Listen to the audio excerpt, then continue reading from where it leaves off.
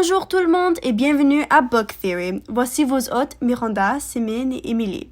Aujourd'hui, nous allons discuter du roman philosophique écrit par l'intellectuel acclamé Jean-Paul Sartre. Le roman s'appelle La nausée. Publié en 1938, ce roman est un flux de conscience, une histoire sous forme de journal intime racontée du point de vue du personnage principal, Alexandre Roquentin. Monsieur Roquentin est un historien qui a passé la majeure partie de sa vie à voyager à travers le monde et à écrire. L'histoire est un regard sur l'esprit de cet homme gravement dépravé et sur sa perception du monde et de la vie. Situé à Bouville, un mot qui sonne comme vide debout, ce livre ne suit pas une structure spécifique et s'appuie davantage sur les pensées du cerveau d'Alexandre et sur l'aperçu qu'il donne de sa vie quotidienne, passée et future. Ce roman s'appuie sur son genre philosophique pour en faire un livre unique et intéressant et donner de la profondeur au protagoniste. La nausée est un livre classique, reconnu pour être une brillante représentation de concepts philosophiques de l'existentialisme. Pour le lecteur, moins d'un roman pour gens adultes, ce n'est peut-être pas un livre agréable, mais pour les personnes qui aiment les œuvres littéraires complexes et qui suscitent la réflexion, Nausée est parfait. La nausée est une symbiose de la philosophie et d'un roman axé sur l'intrigue, facilitant la compréhension d'idées complexes par le lecteur en lui donnant un format simple à suivre. C'est assez génial, si vous voulez mon opinion. Les deux qualités les plus intéressantes du livre sont son genre et son thème. Ces qualités sont certainement la raison principale pour laquelle ce livre est si acclamé. Le genre de ce livre est la fiction philosophique.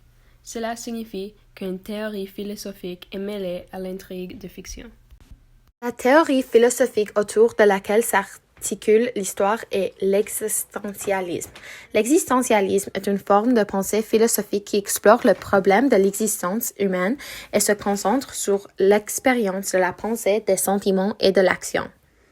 Le genre change le schéma narratif car Sartre essaie de transmettre sa philosophie plus que de suivre une intrigue. C'est un roman axé sur la pensée, c'est-à-dire que le personnage principal pense plus qu'il n'agit, ce qui signifie moins de péripéties. Alexandre Roquentin est l'existentialisme personnifié. Son existence en tant qu'humain lui pose problème, ce qui l'amène à s'interroger sur la vie et son sens. En faisant l'expérience de l'existentialisme, il décide que sa vie n'a pas de sens, malgré toutes ses réalisations et ses expériences. Il croit que le passé n'existe pas et que le présent est le seul temps réel, ce qui le déconnecte de la réalité. Le personnage principal est tellement déconnecté de la vie qu'il commence à se déconnecter de son corps et de son apparence. Ceci est illustré à la page 34 du livre par la citation suivante. Évidemment, il y a là un nez, des yeux, une bouche, mais tout ça n'a pas de sens, ni même d'expression humaine. Notre réaction à cette sensation qu'il ressentit était mitigée.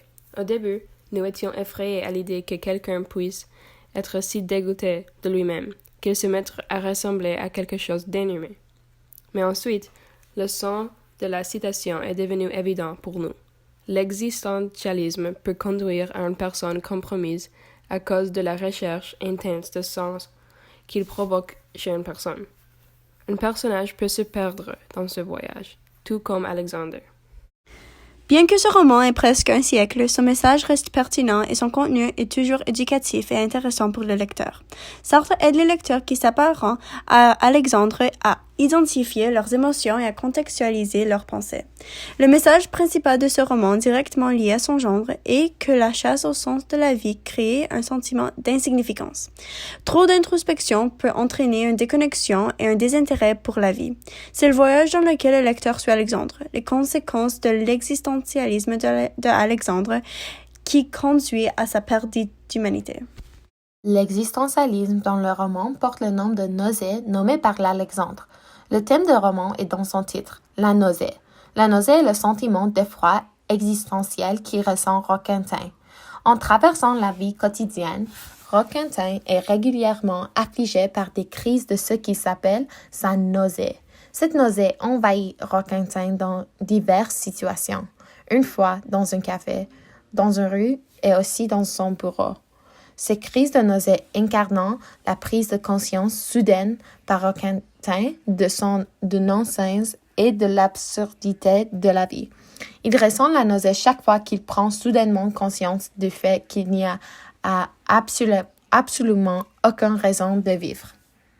Alors la nausée m'a saisi. Je me suis laissée tomber sur la banquette. Je ne savais même plus où j'étais. Je voyais tourner lentement les couleurs autour de moi. J'avais envie de mourir. Et voilà. Depuis, la nausée ne m'a pas quittée. Elle me tient.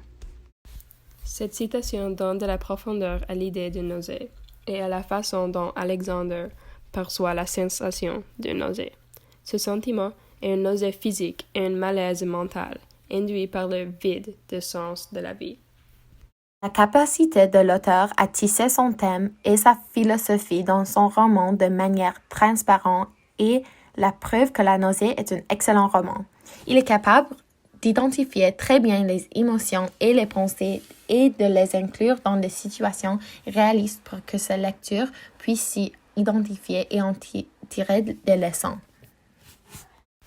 La lecture de La nausée n'est pas seulement intéressante et stimulante, mais elle est aussi éducative sans être envahissante. Après avoir lu La nausée, vous aurez une nouvelle perspective pour voir la vie à travers et avoir un éclairage sur des questions complexes sur la vie.